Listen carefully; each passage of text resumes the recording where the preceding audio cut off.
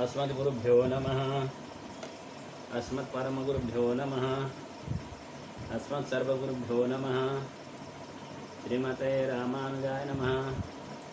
श्रीशैलेशदयापात्रं धीभक्त्यादिगुणार्णवं यतीन्द्रप्रवणं वन्दे रम्यजामातरं मुनिं लक्ष्मीनाथसमारम्भां नाथयामुनमध्यमाम् अस्मदाचार्यपर्यन्तां वन्दे गुरुपरम्पराम् कौडिन्यानरत्नभूतममलं रङ्गारसेवारतं वन्दं वैष्णववंशपद्मविपिने सूर्यं नवं पावनं विद्वत्श्रीसुखदेवपादयुगलाम्भोजैकभोग्यं परं वन्दे श्रीपरमं पराङ्कुशगुरुं वेदान्ततत्त्वपदं श्रीमत्सुकार्यपदपङ्कजलब्धदीक्ष्यं गोपालदेशिकपदाम्बुजदत्तशीक्ष्यं श्रीभूतपट्टणयतीन्द्रमठाधिपाप्ता ज्येष्ठाश्रवं शठरिपुं यतिराजमेढे लोकाचार्याय गुरवे कृष्णपादस्य सूनवे संसारभोगिसन्दष्टः जीवजीवातवे नमः। अखिलहेयप्रत्यनीककल्याणैकतान श्वेतरसमस्तवस्तुविलक्षणानन्तज्ञानानन्दैकस्वरूप परब्रह्म परमात्मा परमपुरुषोत्तम भक्तवाञ्छाकल्पतरु तडिद्विन्दपीताम्बरधारी अखिल जगदुदय विवहरा लीला श्री भूनीला नायक परब्रह्म परमात्मा श्रीमन्नारायण भगवान की निरेतु की कृपा से जीव को मानव शरीर प्राप्त होता है। जिस समय में मानव शरीर प्राप्त हुआ हो उस समय में जीवात्मा को बहुत कुछ जान लेना चाहिए। इनमें से अवश्य तत्वयुक्त पुरुषार्थ को जानना जरूरी है। तत्वयुक्त पुरुषार्थ बताने के लिए साक्षात लोकाचार्य स्वामी जी ने ही अष्टादश ग्रंथों को रचना करके तत्वयुक्त पुरुषार्थ बताया। इनमें से अर्थपंचक, प्रपन्न परित्राण, प्रमेय शेखर का कालक्षेप हो चुका है। अब हम लोग नवरत्न में हैं और नवरत्न में भी कल के प्रसंग में शरीर को कैसे अनुसंधान करेंगे, शरीर के संबंधी को कैसे अनुसंधान करेंगे और संसारियों को कैसे अनुसंधान करेंगे, देवताओं को कैसे अनुसंधान करेंगे, इसको बताया। क्रम प्राप्त अब भगवान के भक्त भागवतों को कैसे अनुसंधान करेंगे इस विषय को मैं बता रहा था। तो भागवत जो होते हैं ना, भगवान के ज्ञान को बढ़ाने वाले होते हैं और दूसरे विषय में वैराग्य उत्पत्ति करा देने वाले होते हैं।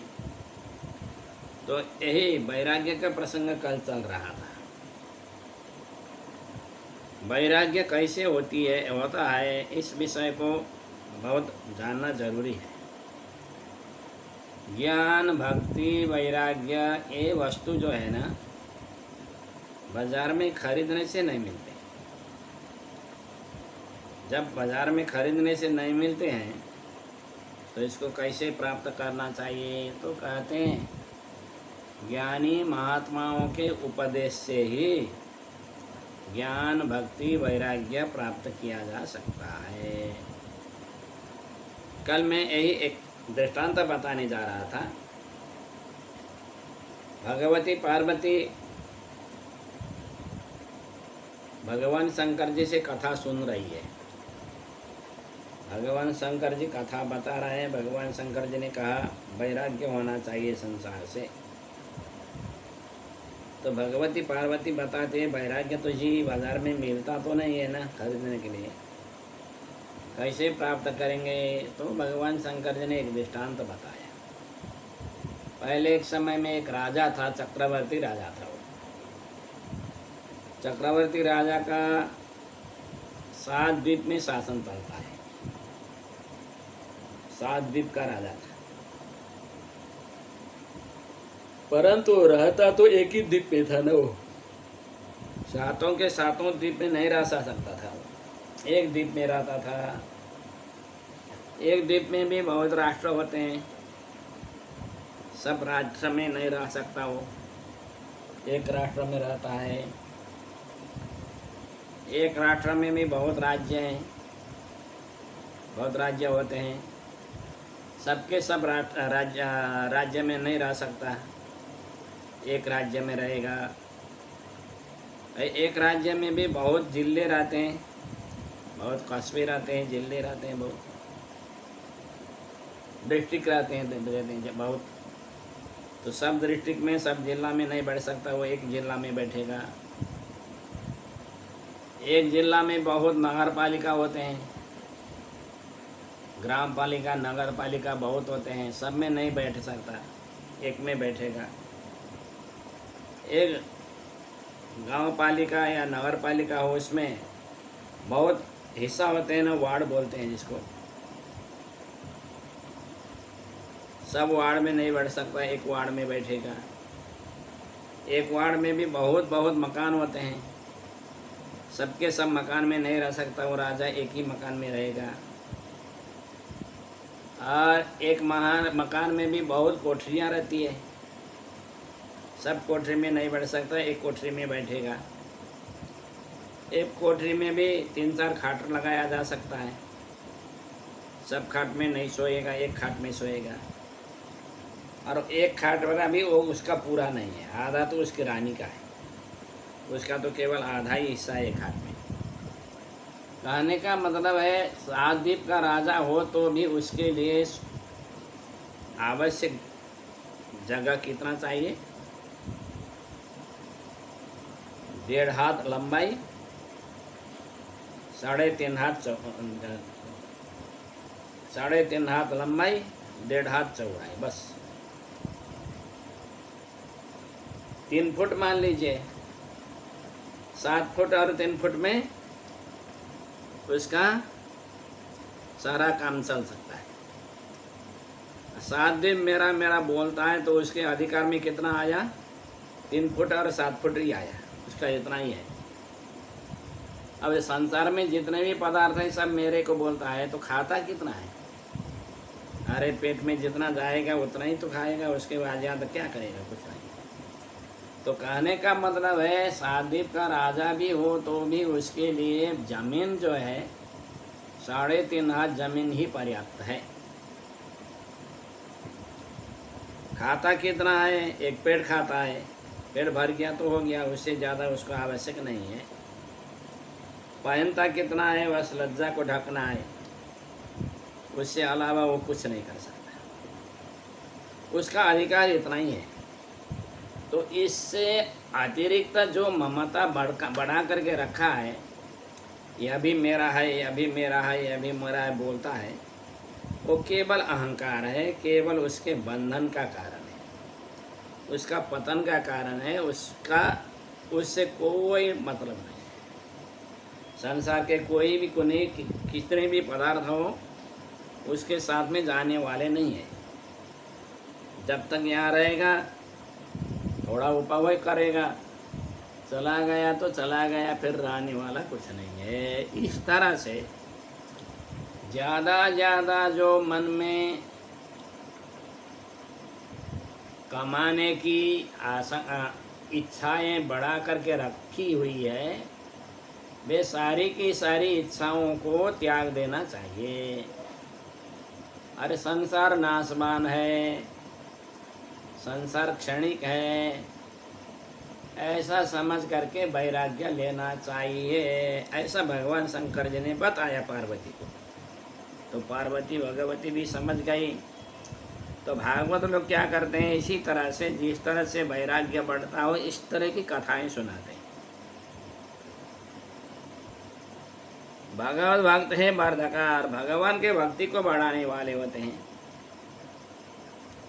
भगवान के भक्ति को बढ़ाने के लिए भगवत संबंधी ज़्यादा से ज़्यादा भगवान की कथाएं सुननी पड़ती है।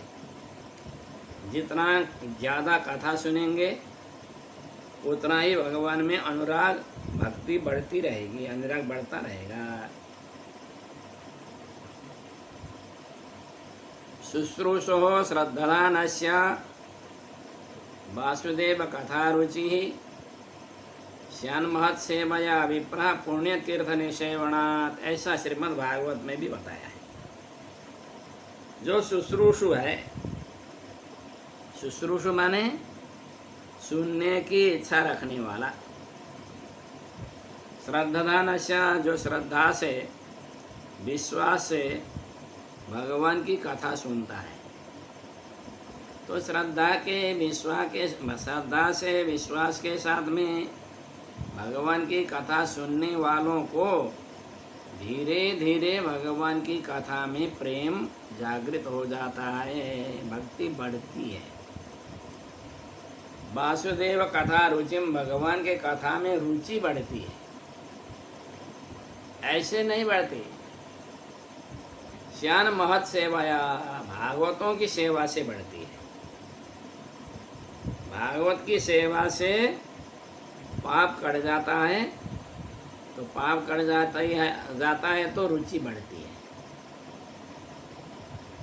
श्यान महत सेवाया विप्रहा पुण्य तीर्थ निसेवनात्, पुण्य तीर्थ के निसेवन से, तीर्थ स्नानादि से, यहाँ पर पुण्य तीर्थ से साक्षात अपने को उपकार करने वाले, अपने को ज्ञान बताने वाले, शरणागति कराने वाले आचार्य को बताया है।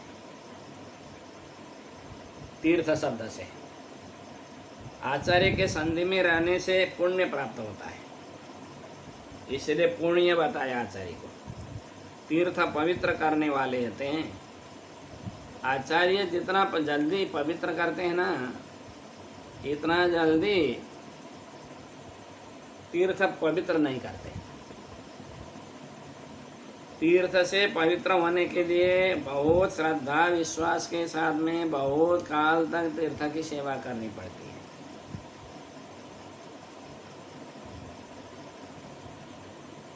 परंतु संतों की क्षणिक संबंध से भी कल्याण हो जाता है, इसलिए यहाँ पर तीर्थ बताया है। भगवान के भक्त भागवतों को, विशेष करके आचार्य पुरुषों को तीर्थ शब्द से बताया है। आप लोगों ने तो बहुत बार भागवत की कथा सुनी है।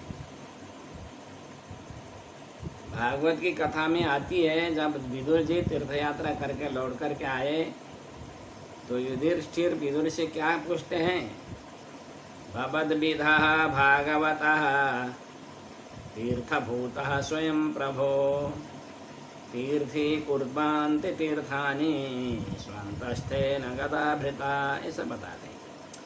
आप जैसे भागवत परम वैष्णव स्वयं तीर्थ हैं,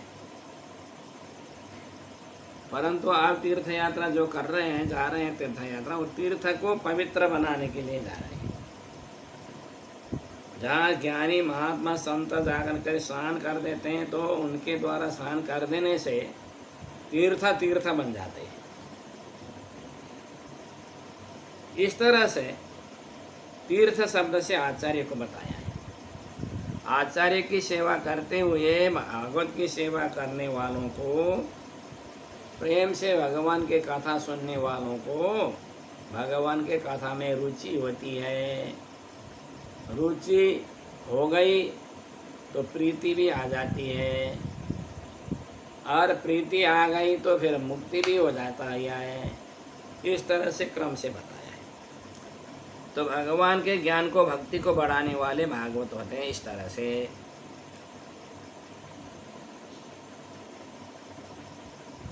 शेषिण, फिर भागवत लोग क्या है, हमारे शेषी हैं। सहाय भूता, संसार में रहते समय कालक्षेपण के लिए, कालक्षेप के लिए सहयोगी बन जाते हैं भागवत लोग। भागवत आ जाते हैं, कुछ सुनाते हैं, कुछ सुनते हैं। सुनने सुनाने का कार्यक्रम चलता रहता है भागवत के बीच में। जब सुनने और सुनाने का कार्यक्रम चलता रहे तो फिर जीवात्मा का कल्याण होता रहेगा। ऐसे भागवत के सन्निधि में मिलता है। प्राप्य से सीमा भूमय, और भागवत शेषत्व के पराकाष्ठा भागवत शेषत्व है। भगवान का शेष जीवात्मा है, परंतु केवल भगवान के शेष बनने से जीवात्मा के शेषत्व का पूर्ति नहीं होता। भागवत के शेष बनने से ही जीवात्मा के शेषत्व का पूर्ति होती है। जब तक भागवत शेषत्व नहीं बनता तब तक शेषत्व की पूर्ति नहीं है। कैसे? तो एक दृष्टांत से समझ लीजिए। क्योंकि आप लोग जिस मंत्र को जपते हैं, अपने अपने गुरु के मुखारविंद से आप लोग को जो मंत्र मिला है, जो पहला मंत्र है, और पहला मंत्र में जीवात्मा के स्वरूप को शोधन किया है। जीवात्मा का स्वरूप कैसा है तो बताते हैं। जीवात्मा का स्वरूप भागवत से सत्व पर्यंत है, ऐसा बताया है। तो कैसे जी? पहले एक दृष्टांत समझ लीजिए, फिर उसके बाद में यहाँ पर बताऊंगा। पहले एक समय में एक धनिक व्यक्ति को एक घर में काम करने के लिए नौकर चाहिए था। तो नौकर ढूंढते हुए गया, एक नौकर मिला। बड़ा अच्छा था, वो ईमानदार नौकर था। दूसरे मालिक ने उसको सताया हुआ था और वहाँ से निकलना चाहता था। तो तुम मेरे घर में काम करोगे? उसने कहा तो काम तो करूँगा, परंतु क्या करूँ, मैंने अमुक व्यक्ति के यहाँ में नौकरी कर रहा हूँ, उससे कुछ मैंने पैसा ले लिया है, वो जब तक वो नहीं चुका पाऊँगा तब तक नहीं जा सकता मैं। अच्छा ठीक है, तो तुम चुपके से मैं पैसा दे देता हूँ, उसको चुका देना और मेरे घर में आ जाना। उसने एड्रेस बता करके चला गया। घर में आ गया तो उसके साथ में बस कुछ कागज़ लिख करके वो भी रख लेता है, वो भी रख लेता है। मालिक के पक्ष में आया जो कागज़ है उसमें लिखा रहता है, तुम मेरे घर के सब काम करोगे, मैं जो बताऊंगा उसी को उसको करते रहोगे, ऐसा लिखा था। नौकर के हाथ में जो कागज़ गया उसमें था, मैं आपके यहाँ काम करूँगा, परंतु आप बीच में मुझे नहीं निकाल सकते। यदि आप मुझे बीच में निकालेंगे तो आपको जो आपने जो पैसा मुझे दिया है वो लौटाऊंगा नहीं, ऐसा उसने लिख दिया। बस दोनों मजे में रहने लगे। अब एक दिन मालिक तो थे नहीं, मालिकनी ने कहा देखो बेटा ऐसा काम करो। अब उसको करना चाहिए कि नहीं करना चाहिए काम? क्योंकि कागज में लिखते समय तो मालिकनी के द्वारा कहा हुआ करने के लिए तो लिखा नहीं है।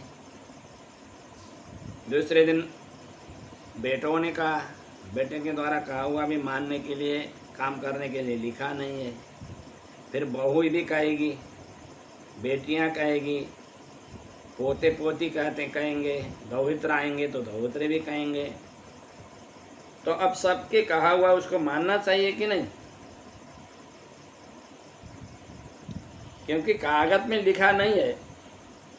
कागज में जो मालिक है वो मालिक के कहा हुआ ही मानने के लिए लिखा है, और दूसरे के कहा हुआ मानना चाहिए कि नहीं उस नौकर को? तो कहते हैं मानना चाहिए, क्योंकि मालिक ने मेरे घर के काम के लिए बताया है। तो मेरे घर के काम में तो घर वालों का कहा हुआ भी तो घर का ही काम है ना।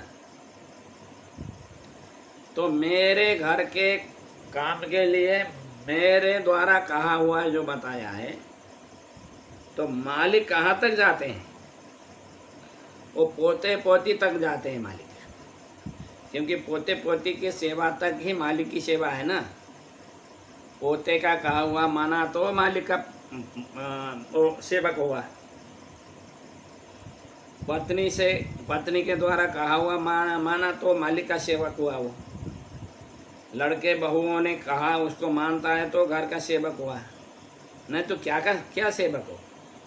कुछ नहीं रहता ना। फिर तो केवल मालिक के ही कहा हुआ मानेगा, दूसरे के कहा हुआ नहीं मानेगा। जो मालिक कराएंगे उसी को करेगा, दूसरे का कहा हुआ नहीं करेगा। तो क्या किया उसने?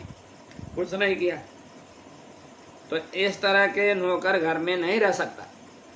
जिस तरह से लिखा पढ़ी के समय में केवल मालिक के घर के काम करने के लिए लिखा हो, मालिक के कहा हुआ मानने के लिए लिखा हो, परंतु काम करते समय मालिक ने कहा हुआ भी मानना पड़ेगा उसको। पुत्र बहू कहेंगे, उसका कहा हुआ भी मानना पड़ेगा। पोते लोग हैं, नाती नातिन, उनके द्वारा कहा हुआ भी मानना पड़ेगा। कभी कभी दौहित्र भी आ जाते हैं, उनका कहा हुआ भी मानना पड़ेगा। बेटियां आ जाती है घर से, उनका कहा हुआ भी मानना पड़ता है। जिस तरह से सबके कहा हुआ मानेगा तो घर का वफादार नौकर बनेगा वो, है ना। इसी तरह से भगवान का भी परिवार है। यद्यपि मंत्र के अर्थ में भगवान का शेष आत्मा है ऐसा बताया है, परंतु भगवान का शेष है ऐसा कहने का मतलब भगवान के परिवार पूरे के शेष है ना, ऐसा अर्थ होता है ना। भगवान के जितने परिवार हैं उनके सबके शेष हैं, सबके कहा हुआ मानना पड़ता है ना।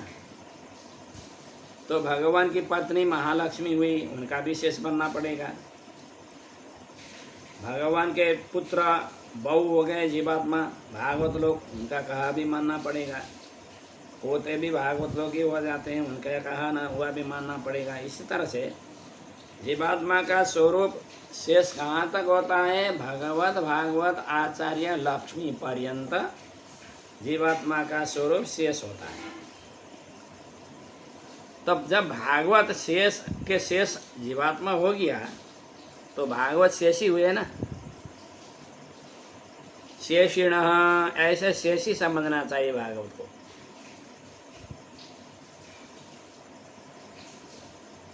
सीमा भूमय और जीवात्मा के स्वरूप शोधन करते समय अंतिम समय तक का,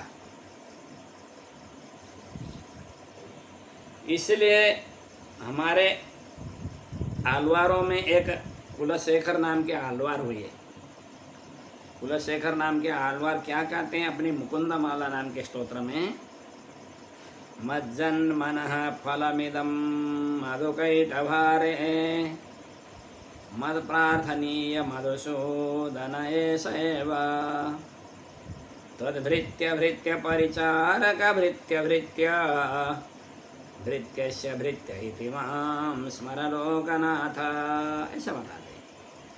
हे मधु कैटभारे, मधु और कैटभ के दैत्य नाम के दैत्य के शत्रु है भगवान, मैंने संसार में जो जन्म लिया है, मेरा जन्म लेने का सार और मैं आपसे जो प्रार्थना कर रहा हूँ उसका भी सार एक ही है।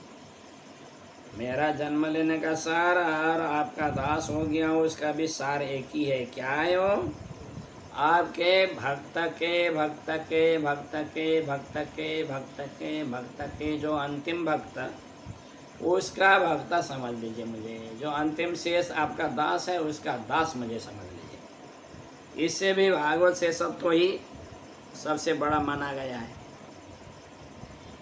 ये सीमा भूमि है। जीवात्मा के स्वरूप शोधन करते समय भागवत शेषत्व पर्यंत जीवात्मा का स्वरूप है। सीमा भूमि भागवत आ जाते हैं। इस तरह से वैष्णव को चिंतना कर लेना चाहिए।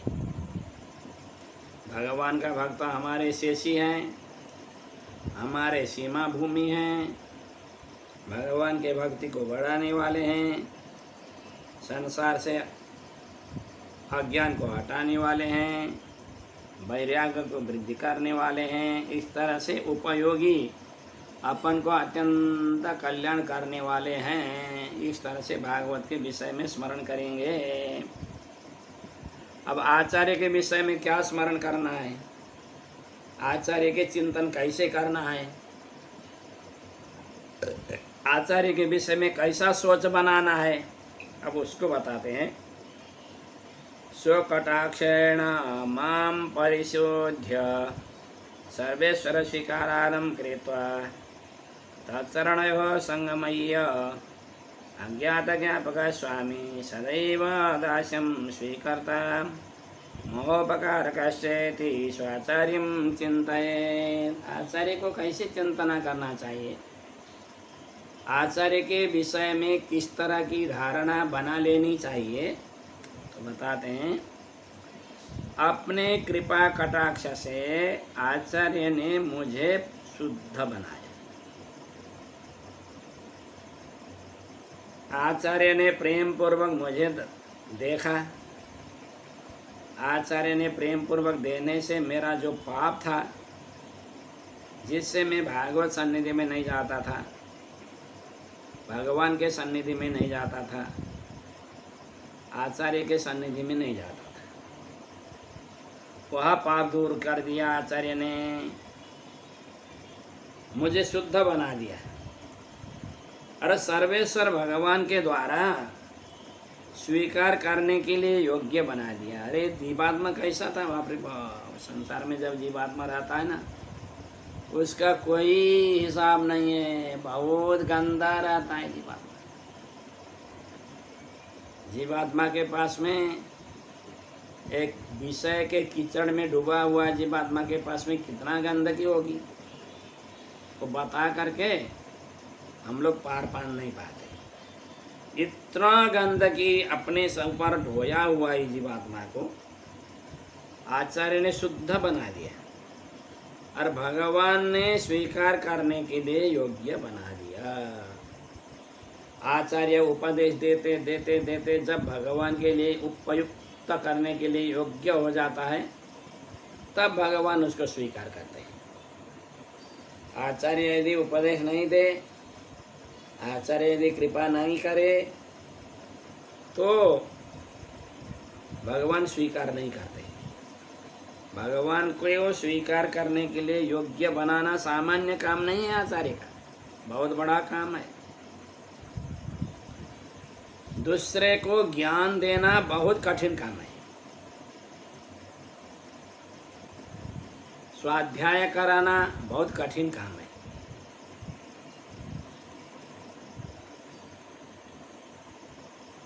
ये तो मान लीजिए एक लोहे को सोना बनाना जैसा है। नित्य संसारी जीवात्मा को भगवान के नित्य धाम में पहुंचने के लिए उपयुक्त बनाना सामान्य कृपा नहीं है, आचार्य का महान कृपा है।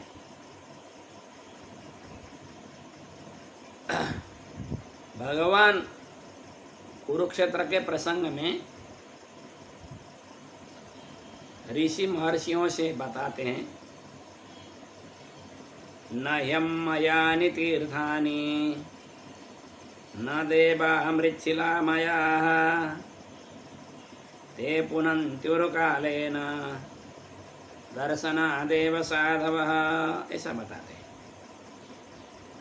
हम लोग तीर्थ यात्रा करने के लिए कहाँ जाते हैं?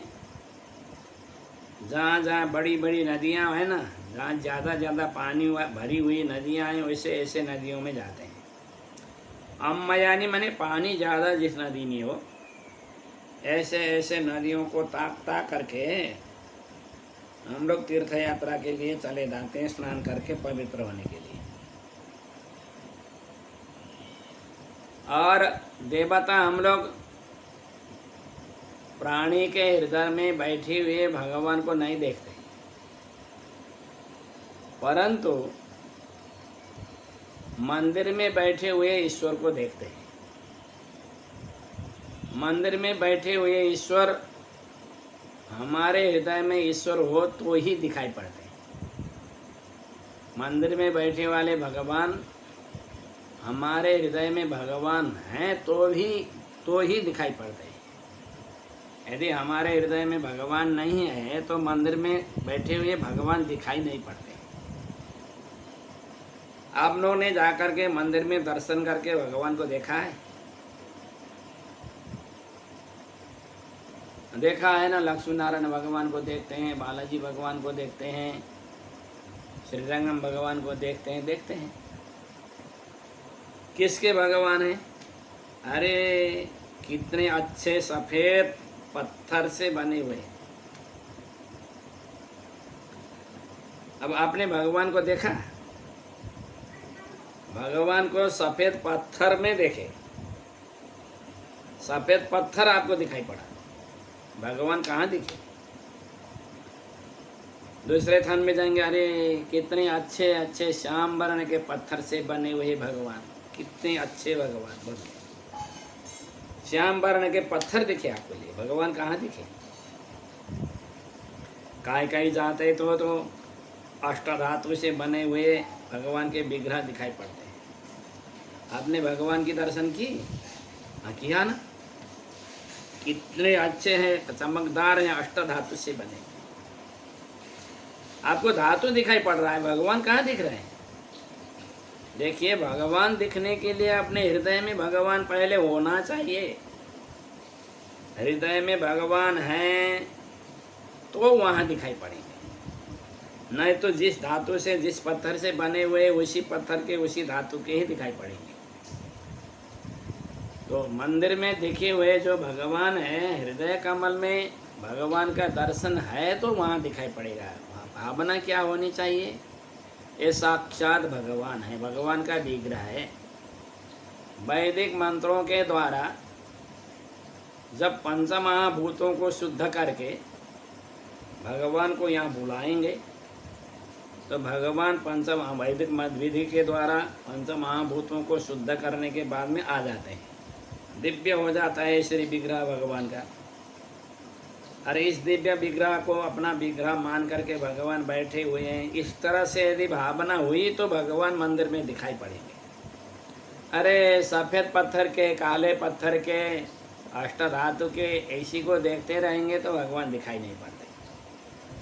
इसलिए भगवान को दिखने के लिए हृदय कमल में भगवान को होना जरूरी है।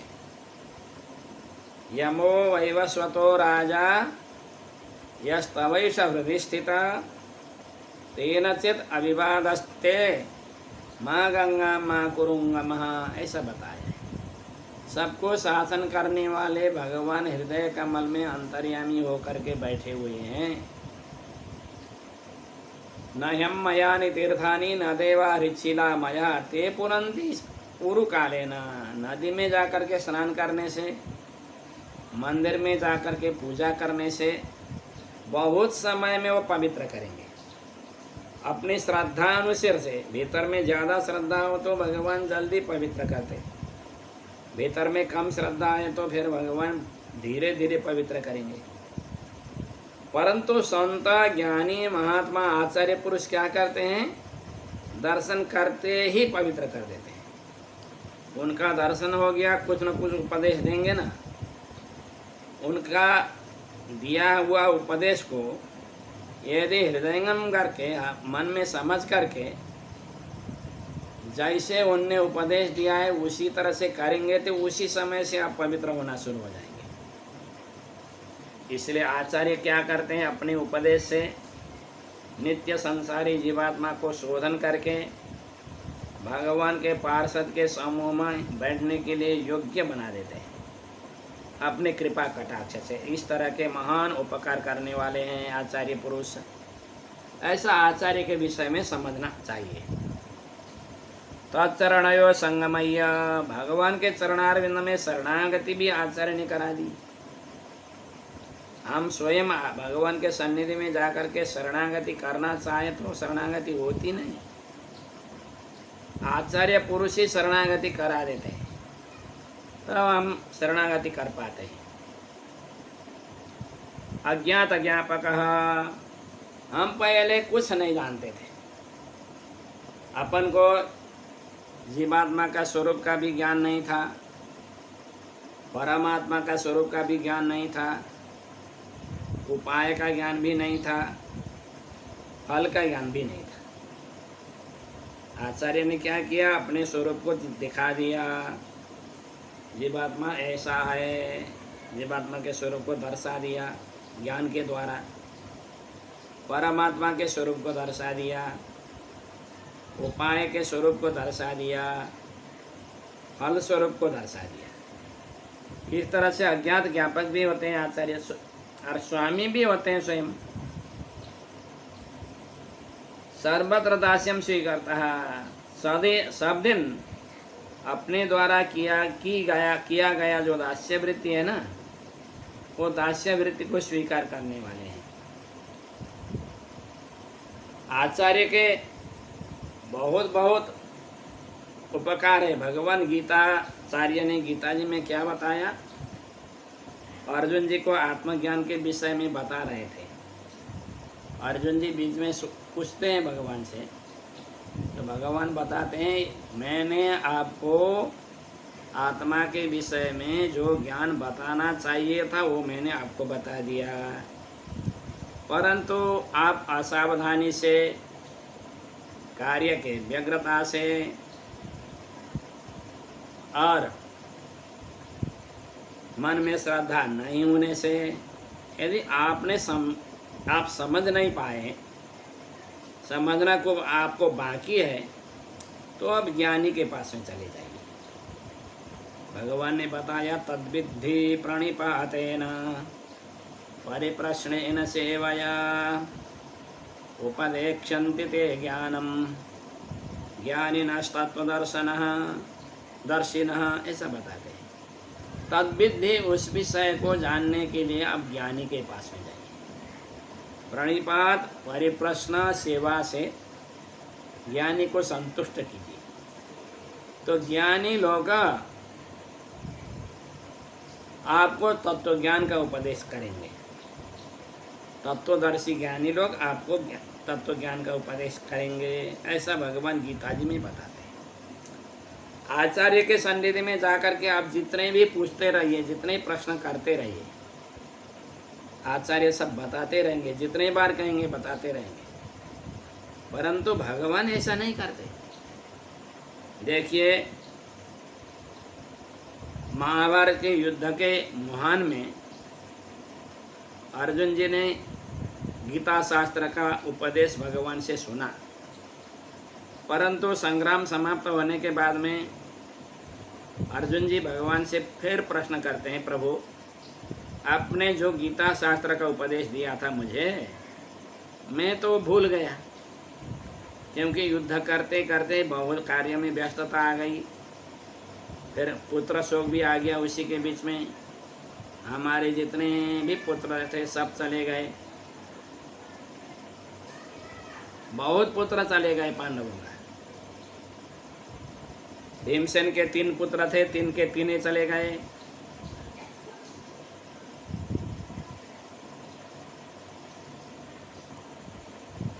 अर्जुन के 3 पुत्र थे, 3 के 3 चले गए। युधिष्ठिर के 2 थे, 2 ही चले गए।